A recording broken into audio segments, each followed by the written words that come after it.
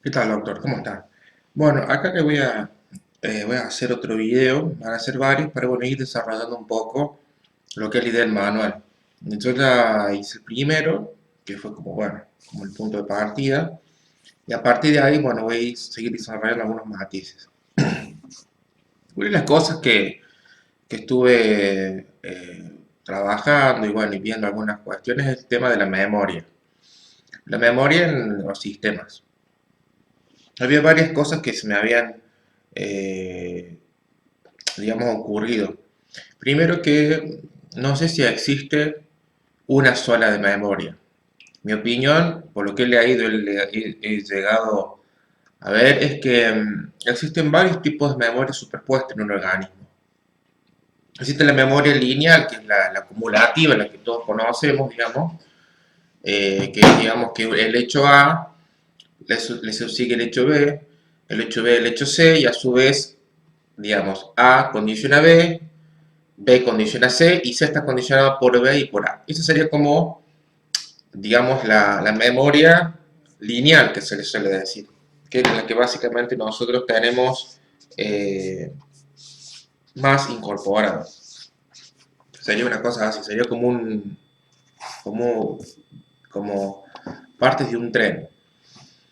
Sin embargo, hay otro elemento que yo mencioné en el primer video, que es la memoria paradojal. Yo si hago, por ejemplo, esto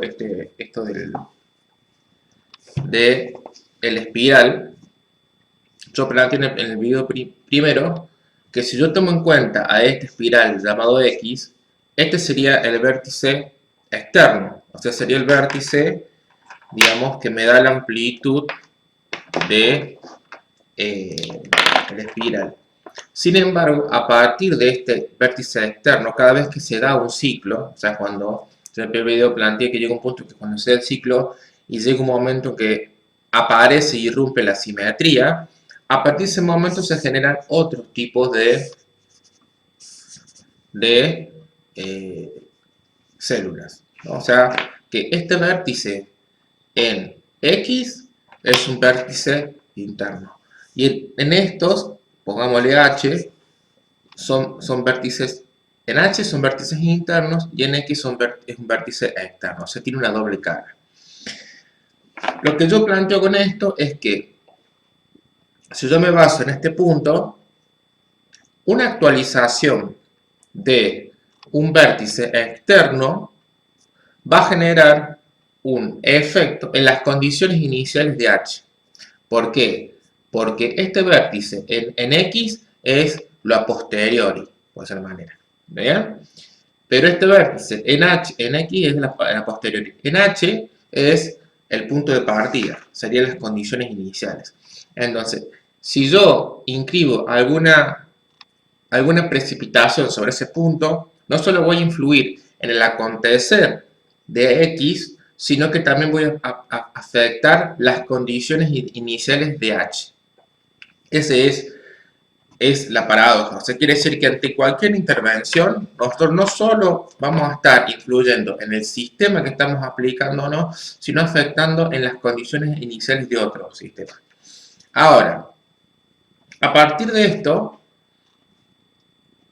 aparece, o se me ocurre, por lo que ir leyendo, una cuestión muy poco ortodoxa. Porque a mí se me ocurre y digo, bueno, si hay un efecto en condiciones iniciales en un sistema, punto uno siempre es por añaduría. ¿A qué voy con esto? Porque si yo tengo un sistema, existe más posibilidad o más facilidad, o está más a mano, por ser manera, que yo intervenga sobre el vértice externo y no tanto interno. El vértice interno es muy difícil lograr conmoverlo. Si nosotros estamos en un proceso, por ejemplo, de una enfermedad o de un síndrome de abstinencia o lo que sea, lo más difícil para abordar o tocar es el sistema del vértice interno de aquella dinámica que estemos considerando. No así el vértice externo. Mi opinión, que por supuesto lo que yo pienso ahora, mi humilde opinión, está por supuesto abierta a ver qué onda,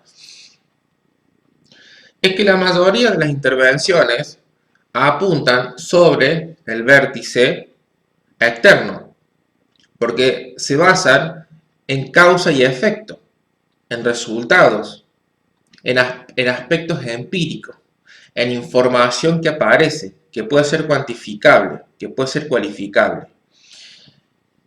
Sin embargo, cuando se hacen esas intervenciones sobre el vértice externo, que para mí es la mayoría de la modalidad, digamos, de intervenciones sobre diferentes síndromes y enfermedades, a su vez nosotros estamos afectando las condiciones iniciales de otros sistemas. Entonces, otra cuestión paradojal es que nuestra intención es actuar en el vértice de X. Vamos a estar actuando en el vértice externo. Pero para añadiduría y de alguna manera sin controlar, vamos a estar actuando sobre el vértice interno de los otros sistemas que se están generando. Entonces ahí está si nosotros quisiéramos decir, bueno, vamos a trabajar sobre H, bueno, no podríamos actuar sobre H directamente. Si actuamos directamente, vamos a tener que actuar sobre los vértices externos.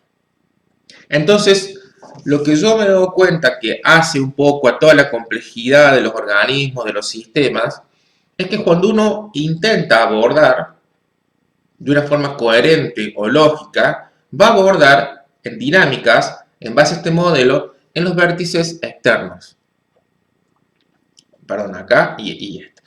Ahora, yo voy a trabajar sobre X, pero al trabajar sobre X sí voy a afectar vértices internos de otros sistemas, que son los que se están generando en las condiciones iniciales. Ahora, si yo quiero, y digo, bueno, vamos a abordar no X, H, bueno, no voy a poder ir al vértice, voy a tener que ir al vértice externo. Ahora, ¿qué sucede? Uno podría decir, bueno, pero si yo estoy actuando sobre X, a la vez estaría actuando sobre H. Pero el punto acá es que cuando uno aborda de ciertas teorías, de cierta lógica, de cierta abstracción lingüística o de recorte del fenómeno. Entonces, eso va a hacer que a partir de este punto se genere esto y se genere esto. Entonces, el abordaje teórico, técnico, lo que sea, siempre va a ser a partir de los vértices externos. Pero reitero, si yo abordo el vértice externo de X, voy a estar influyendo sobre el vértice de H. Entonces, acá lo que me parece importante es que cuando más adelante yo planteo la cuestión entre la diferencia de las áreas y los sistemas, las áreas y los servicios serían las partes de la organización donde plantean una forma de intervención sobre alguna persona, sobre alguna enfermedad, sobre algún caso. Esos son los servicios. Entonces los servicios de alguna forma van a plantear una lógica, una lingüística y una forma de recorte del fenómeno que va a ser sobre, supongamos, este punto. Los servicios le van a decir las áreas, no sé, de arte, de quinoterapia, no sé, de kinesiología, no sé, lo que sea, les va a plantear esa modalidad. Ahora, las áreas, si bien los servicios plantean la metodología de trabajo y las áreas son las que las llevan a cabo, las que la ejecutan, van a ser las áreas las que van a encontrar indicios de estos otros sistemas.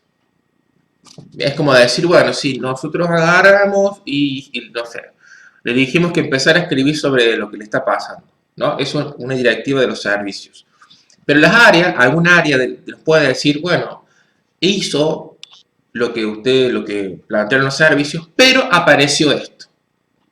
Entonces, lo importante de este proyecto es siempre considerar la información que irrumpe, la información que se presenta, que no está previamente considerada por los servicios, pero aparece en la empiria.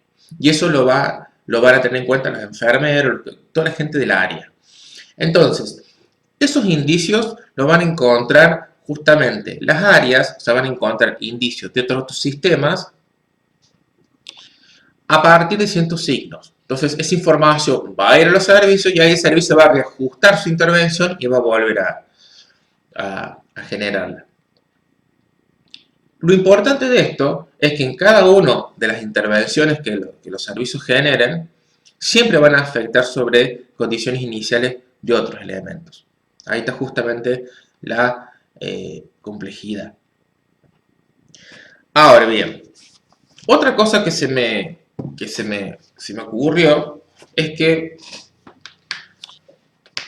puede existir información en algunos sistemas que cuando se inscriben en las dinámicas, esa información actúe sobre las condiciones iniciales y tenga la presencia como si siempre estuvieran ahí. A ver, me explico. Yo supongamos que tengo el sistema A. Tengo el sistema A. Yo en ese sistema A, supongamos que yo le pongo o intervengo con un fármaco. El fármaco X. Esa información o esa recodificación que el fármaco genera sobre el sistema va a generar, por un lado, la incorporación de cierta codificación nueva. Va a hacer algún tipo de efecto. Pero a su vez, parte de esa información que entra al sistema va a actuar en dicho sistema como si siempre hubiera existido.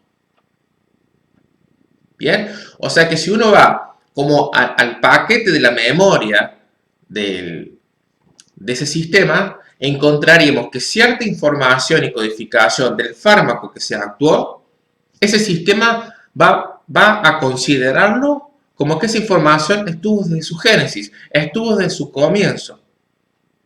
Es como un engaño que se genera en el sistema mismo. Si es como si a mí vinieran y me dijeran, mira, vos tenés un hijo, me dicen ahora, yo me entero que tengo un hijo, pues me lo dicen ahora. Bueno, parte de mi información va a decir, sí, siempre lo supe. ¿Desde cuándo? Y desde que nací. Por un ejemplo casi psicótico. O sea, hay veces que la información, cuando se inscribe en el sistema, parte de la información se va a las condiciones iniciales de ese sistema y actúa como si siempre hubiera existido. Como si fuera algo perpetuo. No como algo que fue hace una semana, 2 semanas, un mes. ¿Bien? Entonces, esa es otra de las cosas que me parece que yo voy razonando, de que no solo aparece que en las intervenciones uno actúa sobre el vértice externo y a su vez genera condiciones iniciales, sino que esa información, parte sí se presenta como algo novedoso, que tiene una fecha de intervención, pero otra parte de la información se inscribe en el sistema como si siempre hubiera existido. ¿Por qué? Porque esa información se nuclea en el vértice interno, en aquella condición inicial de ese sistema que estemos considerando. Bien, entonces, como estas tres memorias que he presentado, la paradojal, la de las condiciones iniciales y esta memoria como perpetua, son elementos que me parecen que hay que tener en cuenta cuando uno piensa un sistema. Entonces, después se lo voy a tratar de explicar más adelante, pero para mí en una adicción hay parte de la información que actúa en el sistema como si siempre hubiera estado, como si no fuera ajeno. Como si no fuera ajeno.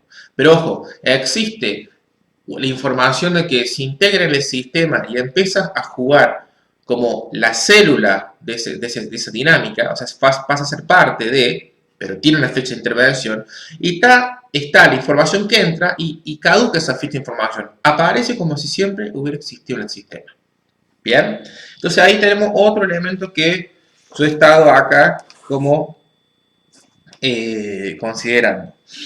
Y una cuarta memoria, que esta ya que se está estudiando, es la memoria de los campos morfogenéticos de Schubert-Childat, que yo he mencionado. O sea que también la información que se inscribe afecta sobre todo el entramado vibratorio de todos los sistemas. De ahí la cuestión de la sincronicidad y lo atemporal o lo atopológico. ¿Qué quiere decir? Que, por ejemplo, una intervención en un sistema no solamente va a generar otros sistemas, como puse aquel ejemplo, sino también que va a generar efectos en sistemas, podremos decir, no contiguos y alejados. Y no solo eso, no solamente que la intervención de la información va a generar efectos en sistemas que no están contiguos, que están alejados, sino que en una discordancia temporal. Por ejemplo, yo hoy puedo inscribir una información en un sistema, en el sistema A, y esa información en el sistema Z, esa información que puse en A, en el sistema Z, en momentos más posteriores, va a condicionar cierta reacción, cierta sensibilidad, cierta respuesta o cierto umbral.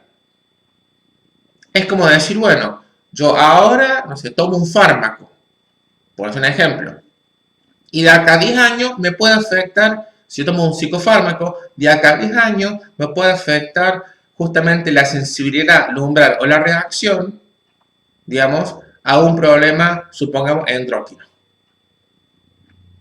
¿Bien? Entonces, ahí aparece otro elemento importante que tiene que ver con el entramado de los sistemas complejos no descomponibles de las ecuaciones lineales. Ese entramado de que no es todo lineal, secuencial, sino hay una cierta sincronicidad, hay cierto un aspecto atemporal, porque el efecto es muy a posteriori, y atopológico, que no necesariamente es el sistema que está al lado, sino que puede ser un sistema que esté, si lo pensamos, digamos, de manera espacial lejos, por eso digo que es atopológico. O sea, rompe con ese esquema de que este afecta al del lado. Puede que sí, puede que no. Habiendo dicho esto de las memorias, hay otro elemento importante que es la decodificación de Fourier. Que si, por ejemplo, yo tomo este ejemplo del, vuelvo a hacer acá la célula, hago acá la célula, yo había mencionado que tenemos el vértice interno y el vértice externo. Bueno, en cada uno de estos vértices, que este vértice X se puede ir ampliando, aparece lo que son la decodificación de Fourier. ¿Qué es la decodificación de Fourier? Eso lo plantea como que existe un todo movimiento, y es algo que yo tomo.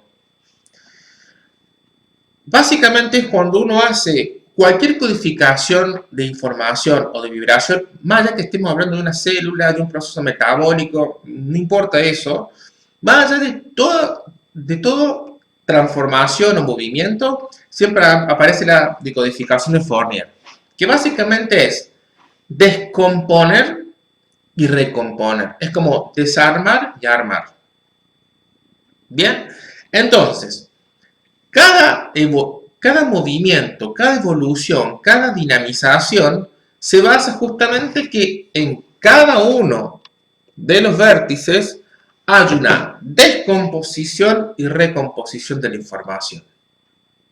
Bien, lo que sucede en el vértice interno es que la descomposición y recomposición es muy limitada, porque es la parte más automática. Supongamos que existan 3 formas diferentes de descomponer y recomponer. Nada más. En cambio, el vértice externo, que es el que va evolucionando, el que va haciendo que el sistema se vaya ampliando, a medida que hace una vuelta, como mencioné, va enriqueciéndose en las formas de descomponer y recomponer la información. O sea que en la primera vuelta tiene 10 opciones. En la segunda vuelta podrá tener 30 opciones. En la no sé cuánta vuelta va a tener 1000 opciones. Entonces, básicamente, y eso lo pongo en el manual, es que yo tengo A y B pegados, los desarmo. Después los puedo poner A y B, o B y A, lo puedo poner uno arriba del otro, o trabajo. Los puedo enganchar y codificar y enganchar de diferentes formas. Lo puedo enganchar de muchas formas. Bueno, eso es lo que yo denomino la codificación de Fourier. El punto aquí importante es que en esa codificación de descomposición y recomposición, que yo planteo que existe en todos los movimientos y está en los dos vértices, lo que pasa en el vértice externo se tiende a ampliar, en el vértice interno siempre es mucho más rígido, aparece un concepto que para mí es importante, que es el concepto de la cronobiología. El concepto de la cronobiología es básicamente que existen movimientos o decodificaciones descomposición y recomposición de la información, que son, por decirlo de manera, más idóneos o más sensibles en beneficio del sistema en algún momento de el minuto, la hora, el día, la semana, el mes o el año. O sea, la cronobiología expone justamente a partir de muchísimas variables que son ambientales, que son climáticas, que son de toda esa cuestión, momentos en donde se da cierta descomposición y recomposición de algunos sistemas. Y está buenísimo. O sea, es algo que ayuda a que el sistema se mantenga, digamos, sin tener que robar información, que esté en momentos de sensibilidad, que pueda, bien, que el sistema fluya. Sin embargo, lo que sucede, y eso sucede principalmente cuando aparecen los conceptos de precipitación. O sea, la precipitación es cuando yo un sistema lo acelero, lo alentizo, y lo que hago es, o al acelerar o alentizar, digamos, ya hago una intervención, la precipito.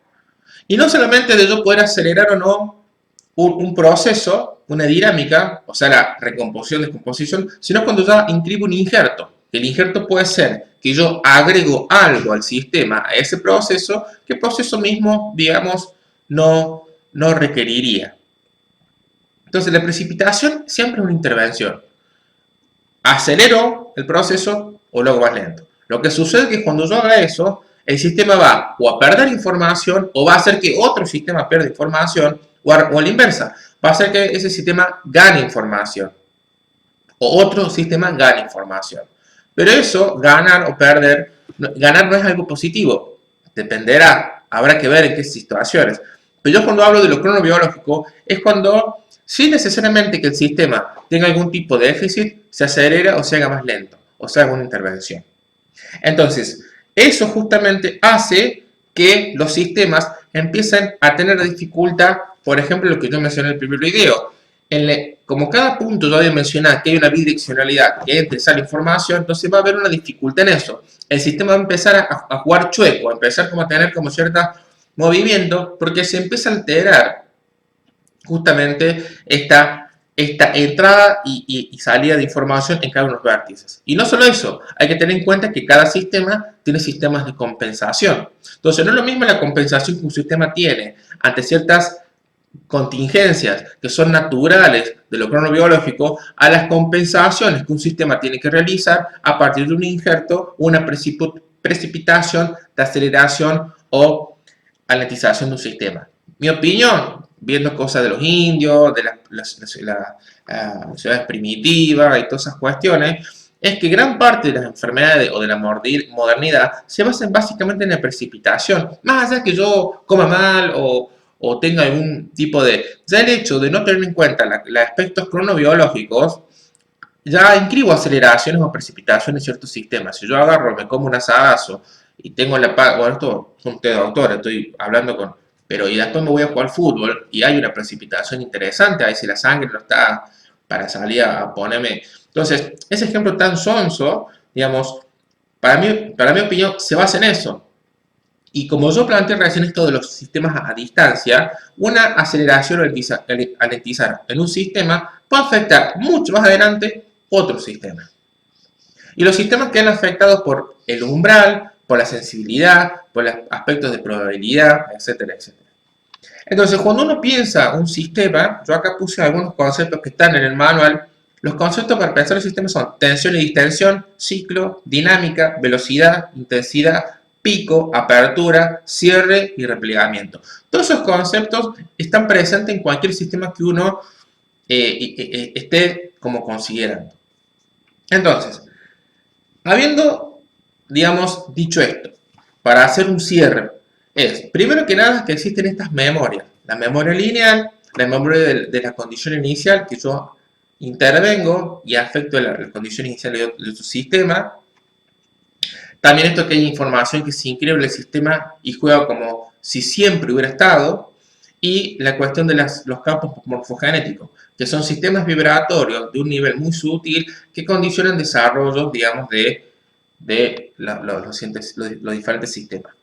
Sin embargo, yo acá quiero hacer un agregado más, y después termino este video porque falta mucho por hacer, es que todo movimiento se considera en una descomposición y recomposición de la información.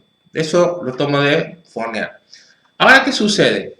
Cada movimiento siempre implica una pérdida de información, que es lo que yo planteé en el primer video, que es la fecha del tiempo de Huygens-Prigogine. O sea que hay una pérdida de información que hace que haya una flecha del tiempo, que el sistema desemboque tenga una cierta tenga un vector que vaya hacia cierto lugar. Sin embargo, en la pérdida de información, que se da en todo movimiento, o sea, cada vez que se descompone una información, se pierde información. Cada vez que se recompone, también se pierde información. Es inevitable eso. Lo que sucede es que dentro de esas dinámicas de composición y descomposición, dentro de un marco de la cronobiología, es algo particular o intrínseco del sistema. No es nada ni tóxico, ni infeccioso, ni un injerto. Es propio eso. Está bien que sea dentro de los marcos de la cronobiología, porque más adelante vamos a ver que la cronobiología tiene que ver con la coevolución. ¿Qué sucede? Cuando se inscribe una precipitación, hay un aceleramiento, un alentecimiento de la dinámica, o hago algún tipo de injerto, algún tipo de intervención. ¿Qué sucede? Ese sistema, al ya estar, de alguna forma, con una precipitación, empieza a jugar lo que dije en el primer video, empieza a jugar lo que es la evolución.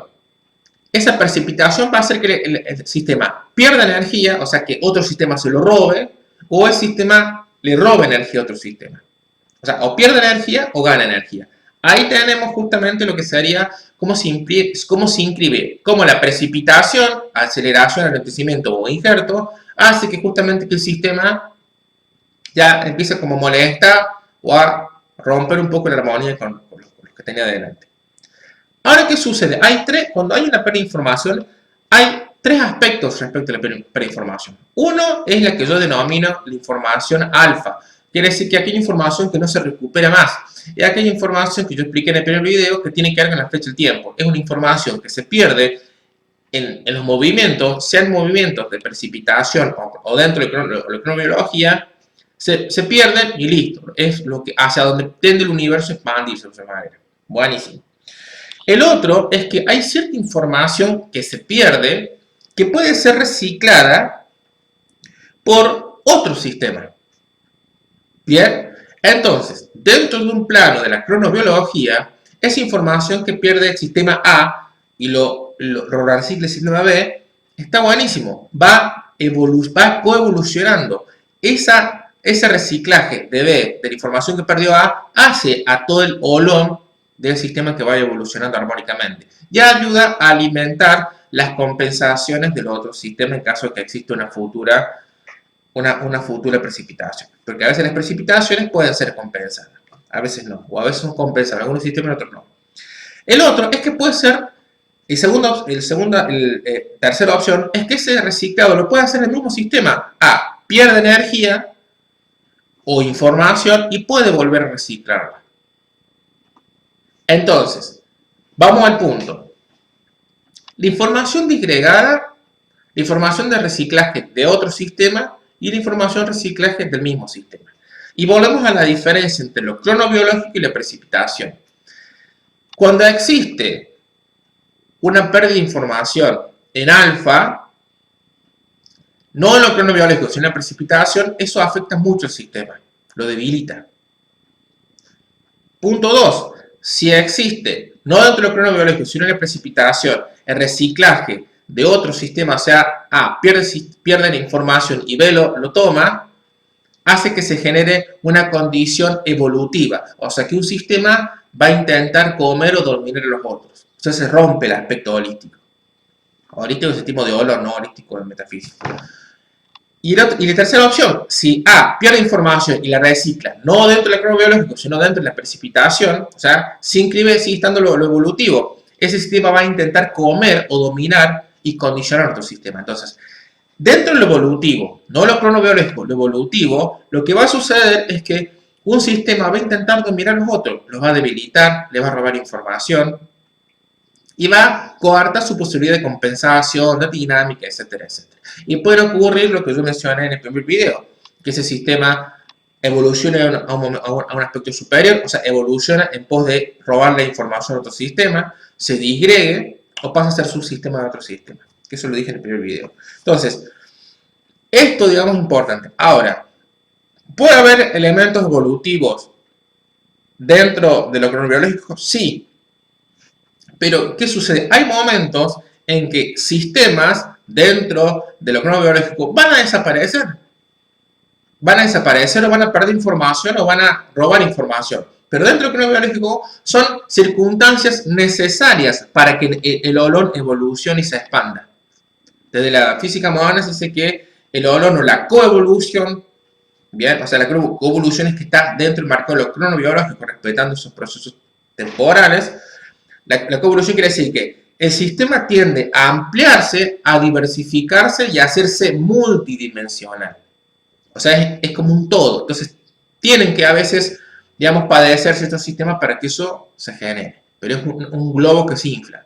Ahora, si estamos dentro del evolutivo, o sea, quiere decir que no se respeta lo cronobiológico, ese globo no se infla de manera armónica, sino como que se empieza a deformar. Ciertos sistemas tiran otro, entonces empieza a haber todo un movimiento que no se está inscribiendo, digamos, esas cuestiones evolutivas en un olón, sino una cuestión de replegamiento.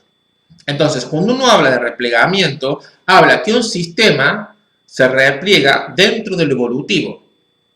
O sea, es un sistema que se pone por sobre de o quiere dominar los otros sistemas.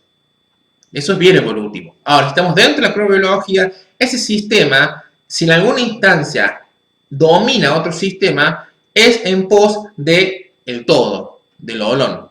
Es en pos de que, si está dentro del cronobiológico, esa muerte de cierto sistema, o ese robo, o esa pérdida de información, bueno, está dentro de este sistema, de este elemento que se va ampliando. Son como crisis necesarias para que el sistema evolucione. Pero la crisis, dentro de la cronobiología, no tiene la finalidad de que el sistema colapse, sino que el sistema se amplíe. Son formas necesarias, que eso después, lo voy a dividir más adelante, si es que no se pone muy teórico, son los momentos predicipativos de los sistemas dinámicos, según Prigogine. Bueno, doctor, le freno acá. Y bueno, seguiré armando video y usted me va diciendo si se va entendiendo algo. Pero bueno, son muchas cosas que quiero ir marcando para después entrar a lo que tiene que ver. Ahora un detalle técnico, y esto es re importante. Los sistemas, yo siempre hablo de sistemas pero el sistema de intervención de un equipo puede ser totalmente inscripto dentro de este modelo. O sea, en un equipo de trabajo existe un núcleo interno, un núcleo externo, una amplitud que se da a partir de la comunicación de sus miembros, a partir de cada vez que no cierra algo se generan otros mini sistemas. O sea que cuando yo planteo sistemas, también estoy planteando no solo un sistema de una persona, sino también un sistema dentro de una clínica o un sistema de trabajo. O sea que nosotros también estamos inscriptos y se nos aplicaría como equipo de trabajo todo esto que vengo mencionando. O sea, no hay que pensar esto como, estamos hablando de allá. No. Los sistemas, nosotros cuando intervenimos en una persona, somos parte del entramado de los sistemas. Nosotros estamos superpuestos, nosotros como individuos estamos superpuestos, o sea, como equipo estamos superpuestos al sistema que sea el paciente que está constituido por otros sistemas. Entonces, también todo esto entre sistemas, entre células espirales, es que el equipo pasa a ser una célula espiral.